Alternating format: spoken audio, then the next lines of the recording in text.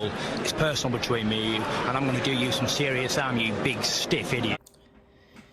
The Untouchable True School Sports Empire proudly presents something the boxing game's been missing. Hey, what's going on? It's your boy BT, and I came here to talk some boxing with the thousands of True School Sports subscribers. All right, so I like this fight so much because I feel like this fight right here is the real standout fight on that whole March 30th PBC on Amazon Prime opening card. You know, I know lots been made of Tim Tszyu versus Keith Thurman, how big of a mismatch it is. Lots been made of Rolly versus Isaac Cruz because of all the hoopla between them and Ryan Garcia. But to me, if you're looking at it in terms of what's just a good fight, in terms of pure substance, in terms of pure action, what's the best fight on this card?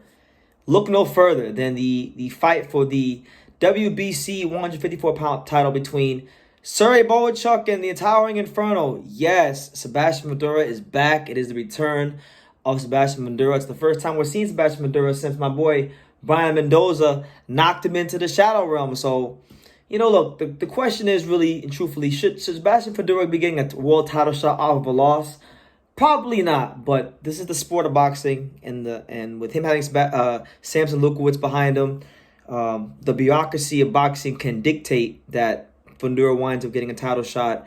And look, it's an entertaining fight. I'm not gonna have too much complaints about it, even though I don't agree with the fact that he should be getting a title shot. But let's talk about the fight, because you know these are two guys that I feel like in a sense have similar careers. They've had similar career arcs, so to speak. So we'll start with none other than Sebastian Fundora, the towering Inferno. Now this was a guy that when you go back to 2022, this guy was putting on great fights, entertaining fights, fan-friendly fights against the likes of, you know, Erickson Lubin and Jorge Cota and Sergio Garcia. And being that he's so tall, you know, at that size, he doesn't box tall, but he uses that height and he barrels down on top of you and he systematically beats you down, right? And then you know, the Erickson Lubin fight was a fight of the year candidate for 2022. Some people would say that was a fight of the year for 2022. It was a great fight. And then all of a sudden he ran into Brian Mendoza. It was a fight where, you know, a lot of people didn't think he would lose, and he ran into a bad shot, and you know, we're gonna see how he comes back. I think now is the part of Sebastian Fundora's career where he can show really and truthfully, you know, just how good is he, you know, because there was always questions about that even when he was winning. Now on this end, Serhii Bohachuk, you know, I'm a big fan of Bohachuk because he's a long, rangy boxer, you know, puncher, knockout artist. You know, same thing was going on with him. He was kind of doing the Edgar Berlanga where he was knocking out guys left, right, and center. And then on that fateful night in Puerto Rico, he fought Brandon Adams, and he was winning that fight, and he got caught, got knocked out bad, and they both produced the best fight in the history of the now defunct and now extinct Thursday night Rink City USA fight series. It doesn't exist no more, but in my opinion, of that whole fight series, this is the best fight that ever happened between Adams and Bohachuk. And unlike Fundora, you know, Bohachuk had the opportunity to come back and kind of build himself up a little bit, and he's on a, what is he on a, what 1, 2, 3, 4? He's on a 5-fight knockout streak.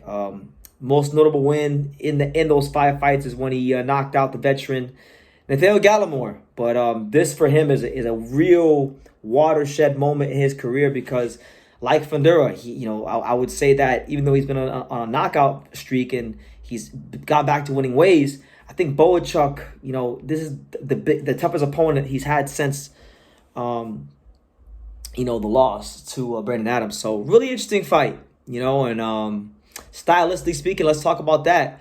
You know, Fundora is a guy that out that southpaw stance likes to barrel down on top of you. He gives up his size. And look, he hasn't boxed much at all since the Mendoza fight.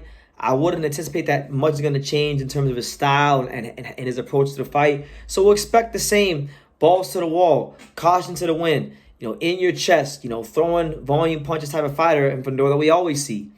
Bohachuk likes to keep guys at the end of his punches and really hurt them with that big straight right hand of his.